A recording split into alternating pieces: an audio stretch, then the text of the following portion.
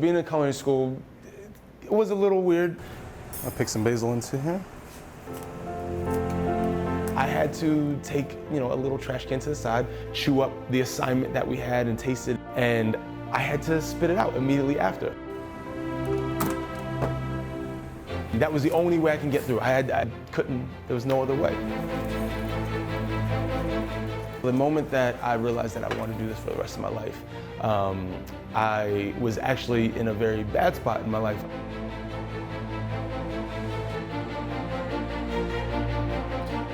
Everyone has a limitation zone. It's just how much you let it propagate your life.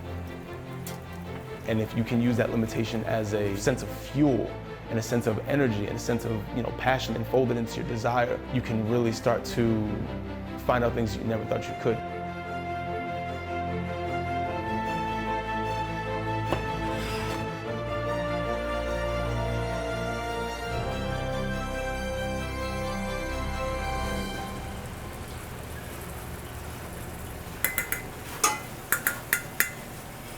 My relationship with food starts from my mother and my father. My father was a professional chef. My mother was of Syrian Lebanese descent, and she always had a garden, always made tabbouleh and kibbe and all the things from the homeland. And my dad would always bring me into the restaurant to touch the lobsters, and I just took that and built that into something that became a part of me. Yeah.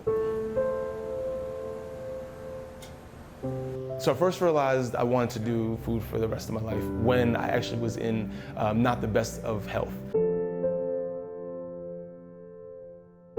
I had Crohn's disease, and I was diagnosed from a young age, about 16 years old.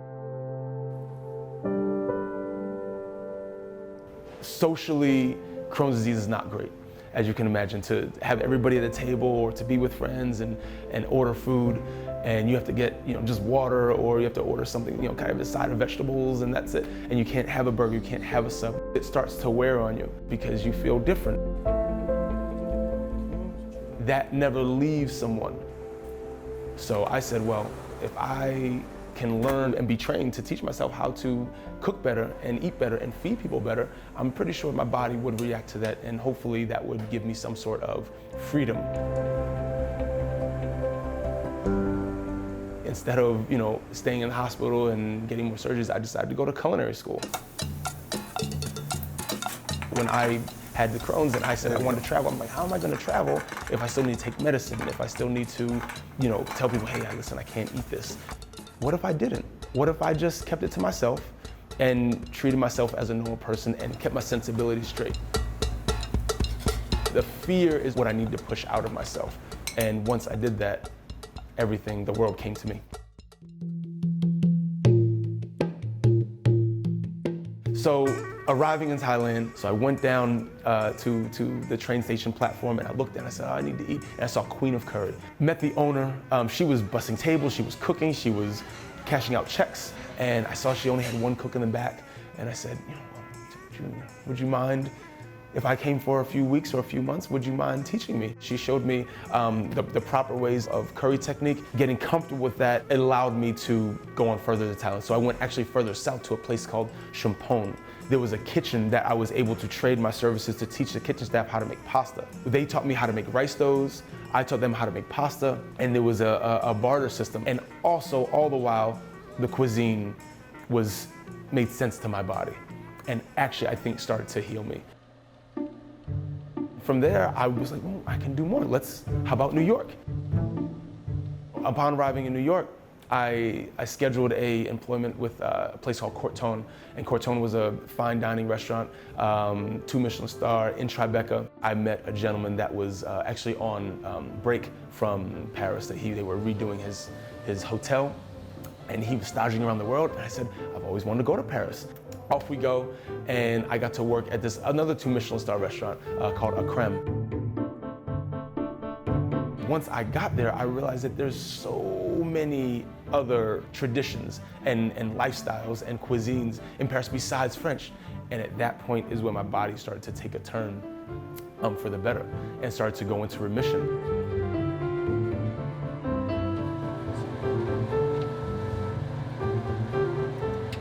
MIDA got started with actually a frustration while I was in Paris. I saw everybody my age, 27, 28, having restaurants, and I was like, well, I want my own restaurant. I was like, why am I here getting trained by these guys when I can be back in Boston, setting my foundation? So I said, I'm gonna go back to Boston and start to search out my team. I did. It was very MIDA means generosity in Italian. It means he gives me, to give.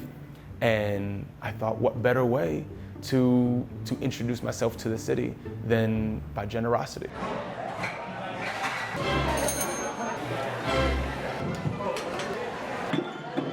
First few months of MIDA were exciting. It was invigorating. It was, you were new, you were fresh, you were hip. Everything was happening. It was turbulent. I mean, it has to be. Boston is a quintessential Italian-focused city, and for me to open up an Italian restaurant, I have to set the mark quite high. And for me not to be an Italian-American, the bar is set even higher.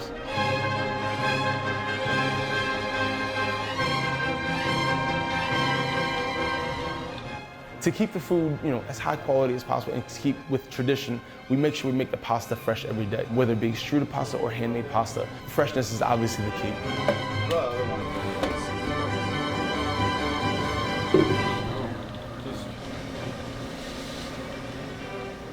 Lobster scampi is a very traditional dish that we knew that everybody relates to. And I said, well, what if I just create the best dish possible and the best version of it? Yeah, my lobster. So we use the insides of the lobster and we create fortified butter. And that, I think, is one of the keys to the richness and the deliciousness of the dish. The day I knew that was hit, one of our regulars, when we first put it on the menu, and they came back and they smacked our pass. And they said, that is the best thing. And then, obviously I got very excited when they said that was the best thing they ever had. And that's when I knew that I had a little something.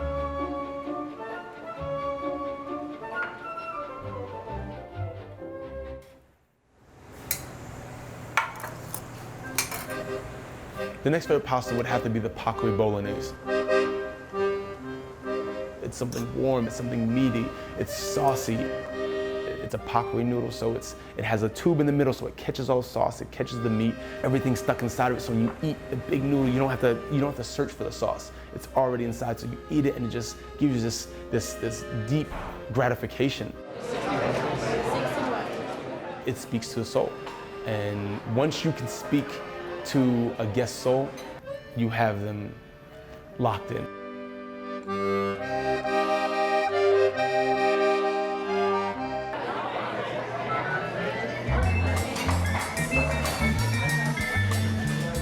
Mangia Monday is an all-you-can-eat pasta day. We give you small 50-gram portions at a time until you can't eat anymore. And Mangia Monday has allowed us to incorporate older people, younger people, university, out-of-towners, guests, visitors, celebrities. Everybody comes to Mangia. I see myself as a person that is contributing to the city first and foremost. And from there, who I am and what makes me and how I interact with people and how they engage my story all flows from that. From whether they see I'm a black man first, whether they see I'm a culinarian, a chef, just a generally nice person, a friend, part of family. I just want them to be inspired by it. Growing up in black culture, there's a certain type of hospitality that is seen as a certain level for certain people, and I want to try to break that stigma. When people look inside of MIDA and they're walking by and they see it's black, purple, Asian, white, foreigners, travelers, people with suitcases, people with, babies on their back, that sends a message that this is for everyone. And I just want to make sure that I'm hitting all the bases to make sure that everyone knows that they're welcome. Okay.